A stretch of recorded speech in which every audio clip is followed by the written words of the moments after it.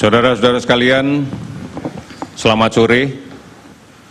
Kami akan menyampaikan progres penanganan pandemi COVID-19 sampai dengan tanggal 19 April 2020 pukul 12 WIB.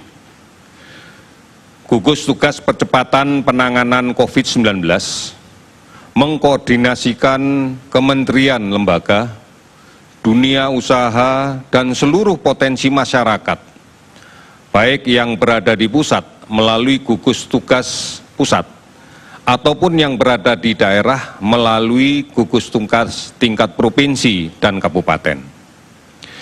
Keseluruhan gugus tugas ini melaksanakan tugas untuk melakukan percepatan penanganan COVID-19 dan bekerja berdasarkan pada 6 arahan Presiden untuk membendung penyebaran COVID-19, yaitu yang pertama, melaksanakan pengujian sampel secara masif dengan pelacakan yang agresif dan diikuti isolasi yang ketat. Ini juga dilaksanakan mulai dari pusat sampai ke tingkat daerah. Kemudian yang kedua, memperbanyak layanan konsultasi medis dengan menggunakan teknologi. Hal ini penting untuk mengurangi kunjungan ke rumah sakit, mengurangi kerumunan di rumah sakit pada saat proses administrasi pendaftaran dalam rangka konsultasi medis. Dan ini juga akan berperan cukup besar untuk mengurangi penularan dari satu orang ke orang yang lain. Cukup banyak layanan-layanan telemedicine yang bisa diakses oleh seluruh masyarakat dalam rangka menjalankan layanan konsultasi medis ini. Kemudian yang berikutnya, melaksanakan komunikasi yang efektif, detail, baik, dan transparan kepada semua pihak, baik terkait dengan edukasi kepada masyarakat, baik terkait dengan resiko yang dimiliki oleh masing-masing daerah yang tidak sama, baik terkait dengan ODP, baik terkait dengan PDP, baik terkait dengan kasus yang konfirmasi positif, yang sudah sembuh, yang masih dirawat, maupun yang meninggal. Yang berikutnya adalah kita harus disiplin menerapkan semua aturan, baik yang dibuat oleh pemerintah daerah maupun oleh pusat, terkait dengan upaya-upaya untuk membendung penularan ini melalui mekanisme PSBB, melalui kebijakan tetap tinggal di rumah, melalui kebijakan harus menggunakan masker pada saat keluar rumah, melalui mekanisme menjaga jarak fisik pada saat melaksanakan kontak sosial dengan siapapun, termasuk dalam rangka melaksanakan isolasi mandiri ataupun isolasi kelompok secara mandiri yang dilaksanakan oleh masyarakat. Kemudian semua pihak diharuskan untuk memberikan jaminan terhadap kelancaran arus logistik, karena logistik ini dibutuhkan oleh masyarakat, baik dari pusat sampai daerah maupun dari gudang-gudang logistik kepada masyarakat yang berada di daerah. Pastikan bahwa ini lancar dan bisa memenuhi kebutuhan masyarakat yang sedang melaksanakan tetap tinggal di rumah. Kemudian berbagai kebijakan stimulus ekonomi harus betul-betul tepat sasaran dan ditujukan semata-mata untuk fokus pada pemutusan rantai penularan COVID-19. Saudara-saudara, tantangan risiko kesehatan dan dampaknya dalam kehidupan sosial ekonomi sudah cukup berat. Oleh karena itu, mari kita pastikan kita terhindar dari tambahan beban psikologis akibat berita dan informasi yang tidak benar, yang tidak bisa dipertanggungjawabkan, dan hanya memunculkan kekhawatiran, memunculkan ketidakpercayaan kepada aparat pemerintah. Oleh karena itu, tetap konsisten kita mengikuti informasi yang dibagikan oleh pemerintah secara resmi, baik pada kanal covid19.go.id hotline 119, WhatsApp COVID-19, Halo Kemkes di 1500567,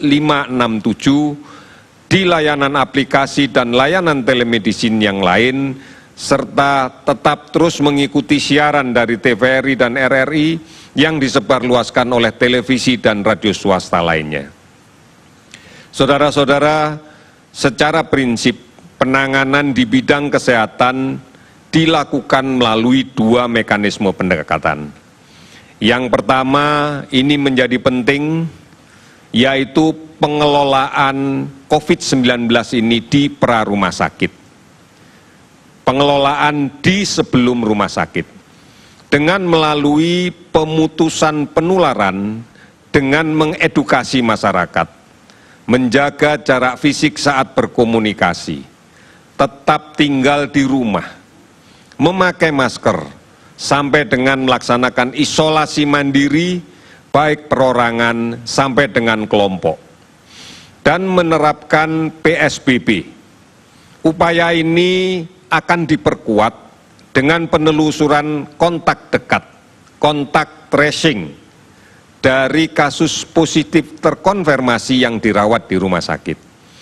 Kegiatan kontak tracing ini akan dilaksanakan oleh Dinas Kesehatan setempat yang sudah barang tentu akan dibantu oleh pemerintah setempat, aparat pemerintah setempat. Disinilah peran para kepala desa menjadi sangat penting. Keberhasilan upaya ini sangat tergantung pada peran serta masyarakat. Kerjasama semua perangkat dari tingkat RT, tingkat RW, desa, untuk bergotong royong dalam semangat saling melindungi. Lindungi yang sehat, lindungi yang sakit. Bantu yang mengalami kesulitan akibat pandemi ini. Yang kedua adalah pengelolaan rumah sakit. Dengan mengupayakan secara maksimal, penderita COVID-19 mendapatkan layanan yang terbaik.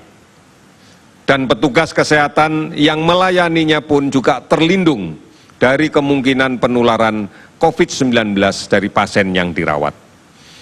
Pemerintah terus akan menata pemanfaatan rumah sakit, baik rumah sakit darurat dalam rangka untuk karantina rumah sakit, untuk layanan penderita yang terkonfirmasi positif dengan kebutuhan layanan rawatan yang tidak intensif. Artinya penderita dengan keluhan ringan sedang yang tidak memungkinkan untuk melaksanakan isolasi mandiri. Rumah sakit darurat ini bukan hanya dibentuk di tingkat pusat, yang seperti kita ketahui di Rumah Sakit Wisma Atlet, di Pulau Galang, namun juga banyak sekali yang sudah dibentuk oleh pemerintah daerah. Kemudian rumah sakit rujukan untuk penanganan penderita COVID-19 yang membutuhkan perawatan intensif dengan berbagai macam alat yang dibutuhkan. Pemerintah terus mendatangkan dan memenuhi semua kebutuhan obat-obatan dan peralatan medis yang dibutuhkan. Pemerintah menanggung semua pembiayaan perawatan pasien COVID-19. Pemerintah menyiapkan insentif tambahan untuk kerja keras tenaga kesehatan. Ini yang harus kita pahami, bahwa kita mampu melaksanakan ini secara bersama-sama dengan bergotong royong.